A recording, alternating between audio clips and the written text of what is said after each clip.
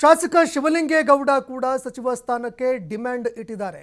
ನಾನು ಕೂಡ ಪ್ರಬಲ ಆಕಾಂಕ್ಷಿ ಅಂತ ಶಾಸಕ ಶಿವಲಿಂಗೇಗೌಡ ಅವರು ಹೇಳಿಕೆ ಕೊಟ್ಟಿದ್ದಾರೆ. ನಾನು 4 ಬಾರಿ ಶಾಸಕನಾಗಿ ಆಯ್ಕೆಯಾಗಿದ್ದೇನೆ, 4 ಬಾರಿ ಶಾಸಕನಾಗಿ ಸೇವೆ ಸಲ್ಲಿಸಿದ್ದೀನಿ. ಹೀಗಾಗಿ ಮಂತ್ರಿ ಆಗಬೇಕು ಅನ್ನುವಂತಹ ಆಸೆ ನನಗೂ ಕೂಡ ಇದೆ ಅಂತ ಶಾಸಕ ಶಿವಲಿಂಗೇಗೌಡ ಅವರು ಹೇಳಿಕೆ ಕೊಟ್ಟಿದ್ದಾರೆ. ಸಮಯ ಸಂದರ್ಭ ಅದಕ್ಕೆ ಕಾಲ ಕೂಡ ಕೂಡಿ ಬರಬೇಕು. 2ನೇ ಅವಧಿಗೆ ಕೊಡೋದಾಗಿ ಹೈಕಮಾಂಡ್ ಭರವಸೆ ಕೊಟ್ಟಿದೆ. ಹೀಗಾಗಿ ನಾನು ಯಾವುದೇ ಕಾರಣಕ್ಕೂ ಒತ್ತಾಯ ಮಾಡೋದಿಲ್ಲ.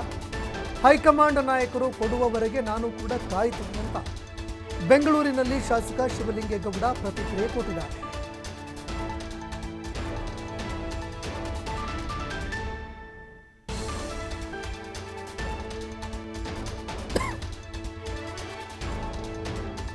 ಅಂತಕ್ಕಂಥ ಅಭಿಲಾಷೆ ಇದೆ, ಇಲ್ಲ ಅಂತ ಹೇಳಿ ನಾನು ಹೇಳೋದಿಲ್ಲ.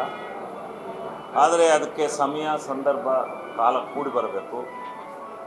ವರಿಷ್ಠರು ಮತ್ತು ಈ ರಾಜ್ಯದ ನಾಯಕರು ನನಗೇನು ವಾಗ್ದಾನ ಕೊಟ್ಟಿದ್ದಾರೆ, 2ನೇ ಅವಧಿಗೆ ನಿನ್ನನ್ನು ಮಂತ್ರಿ ಮಾಡ್ತೀವಿ ಅಂತಕ್ಕಂಥ ಭಾವನೆ ನನಗೇನು ಒಂದು ಮಾತನ್ನು ಕೊಟ್ಟಿದ್ದಾರೆ, ಅದು ಸುಸಲಿತವಾಗಿ ಬಂದು ಒದಗೋವರೆಗೂ ಆಗೋವರೆಗೂ ನಾನು ಯಾವುದೇ ರಿಯಾಕ್ಷನ್ ಮಾಡೋದಿಲ್ಲ.